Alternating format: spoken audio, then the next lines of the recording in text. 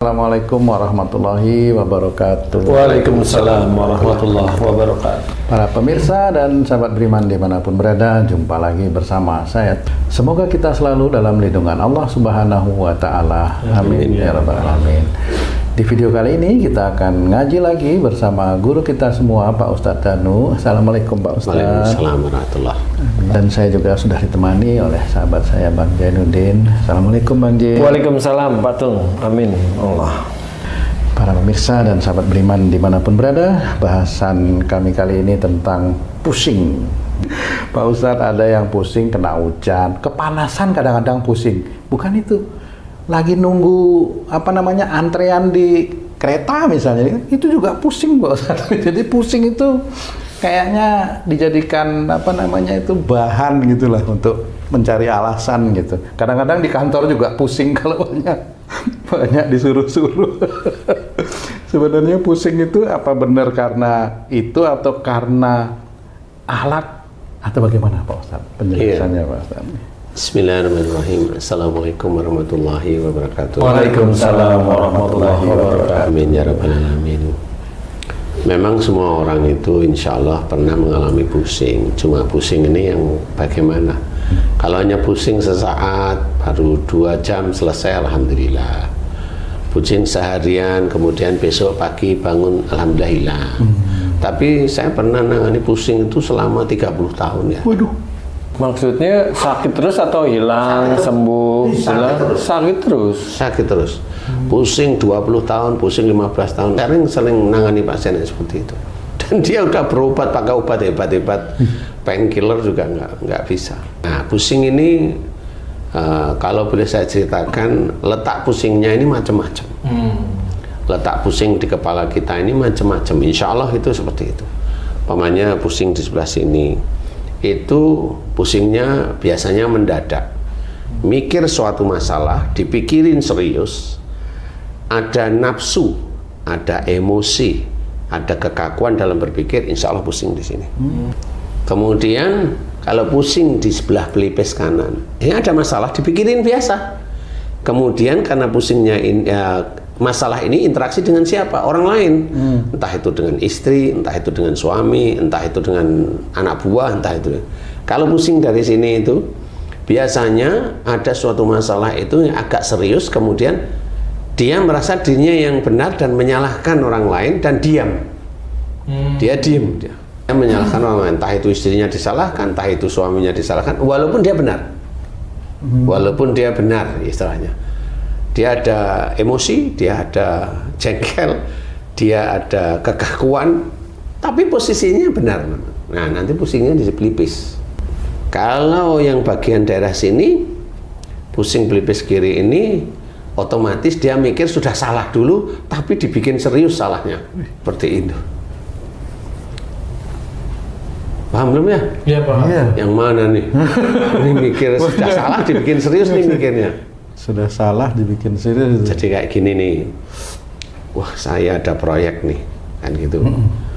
Proyek ini nanti, ini berarti, nggak taunya bos itu ngomong, ini udah dihitung nih momennya, saya udah ngitung, ini insya Allah ya, pakai insya Allah proyek ini, untungnya tambahannya sekitar 10 miliar, umpama ya. Kemudian bosnya ngomong, Dek, minta tolong itu kamu hitung karena saya mau coba reng-reng hitungan itu bisa 15 miliar sampai 20 miliar loh Dek. Karena akhirnya kan mikir, saya hitung aja udah 10, ini bener kan? Nah, mulailah dia mikir. Yang dipikir itu kan sebenarnya nyuri sebenarnya. Gitu. Ada sesuatu yang dipikirkan walaupun serius, ini nyuri. Nah, itu di titik itu biasa di sini.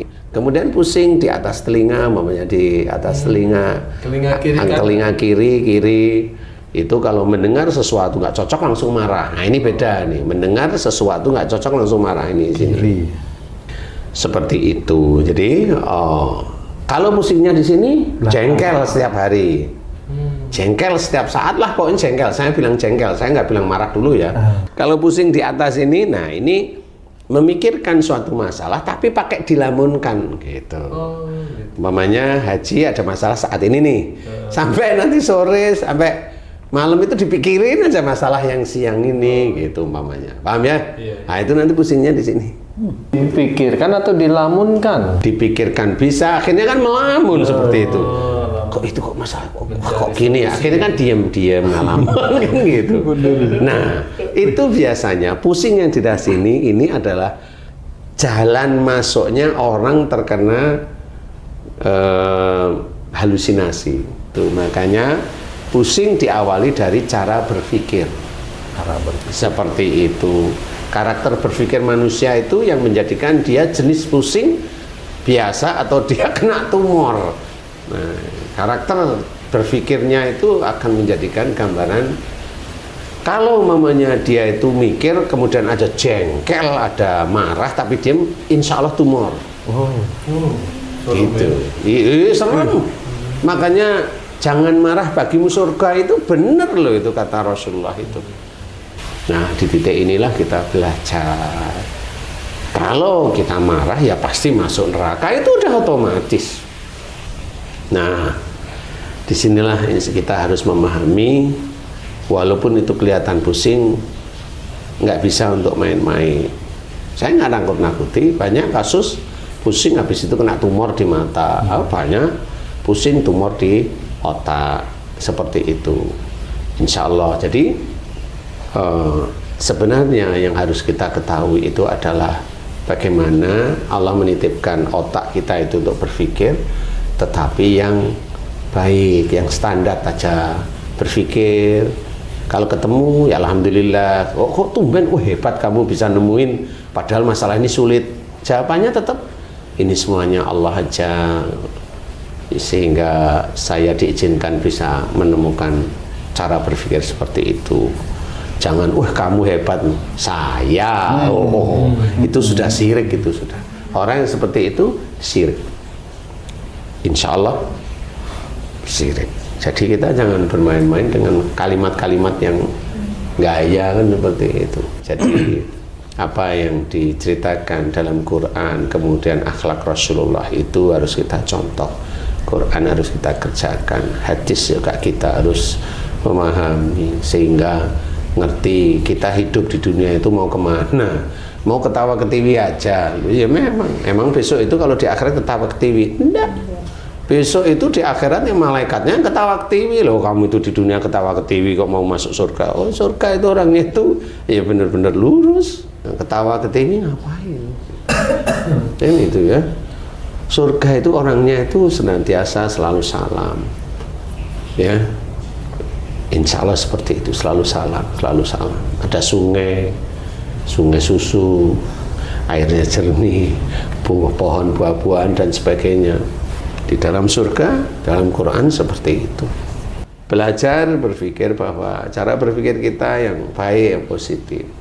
Kalau kita itu ada orang dolim berkata-kata tidak baik, nggak usah terlalu didengar. Dengarin kalau ini orang nggak tahu, ya sudah biasa aja. Namanya orang nggak tahu langsung, ini orang nggak tahu. Jadi nggak usah direken, nggak usah diladeni. Itu namanya orang nggak tahu.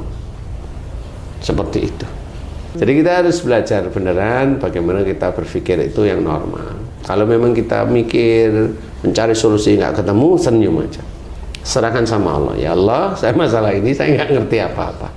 Aku serahkan kepadamu, wahai yang maha besar. Subhanallah walhamdulillah wa la ilaha illallah wallahu akbar wa la haula wa la quwata illa billahil aliyil azim. Seperti itu. Karena kita mikir, nanti mau mikir lagi boleh, tapi mikir boleh nyari solusi nggak ketemu, serahin sama Allah. Besok mikir lagi boleh, tapi kalau nggak ketemu serahin sama Allah. Jadi jin itu mau masuk ke kepala kita itu, ogah. Ini orang dikit-dikit Allah, orang dikit-dikit Allah, ini males jinnya. Dajjal aja benci sekali kalau yang seperti itu. Orang ini dikit-dikit Allah, orang ini ya. Jadi kalau ada orang ngomong orang itu kok dikit-dikit Allah, lah itu ada dajjalnya. Oh, enggak seneng dia. Iya, enggak seneng dia udah. Itu otomatis ada dajjalnya udah. Senyum aja kalau saya. Jadi kita harus belajar untuk berpikir yang positif, yang baik. Jangan emosi kalau nggak cocok, jangan marah, jangan ini. Enggak. Tetap dekat kepada Allah Ta'ala. Kalaupun kita bisa menyelesaikan itu Allah aja. Kalau tidak bisa menyelesaikan, ya itulah kita sebagai manusia. Kita memang seperti tanah ya, begitulah tanah. Begitu, mudah-mudahan bisa menjadi manfaat. Kalau pusing ya mohon ampun lah yang tadi ya, saya memberikan gambaran titik-titik itu sebenarnya titik kesalahan. Jadi tinggal mohonkan ampunan kepada Allah Ta'ala.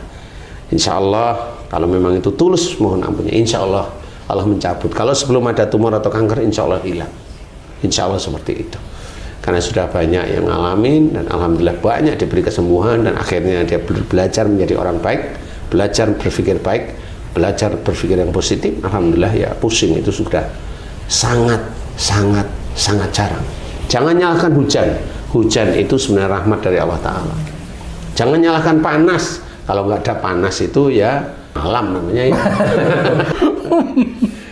Begitu, mudah-mudahan sedulur beriman bisa mendapatkan manfaat dari sakit pusing dan bagaimana kita harus belajar dengan otak kita yang dititipkan oleh Allah Ta'ala.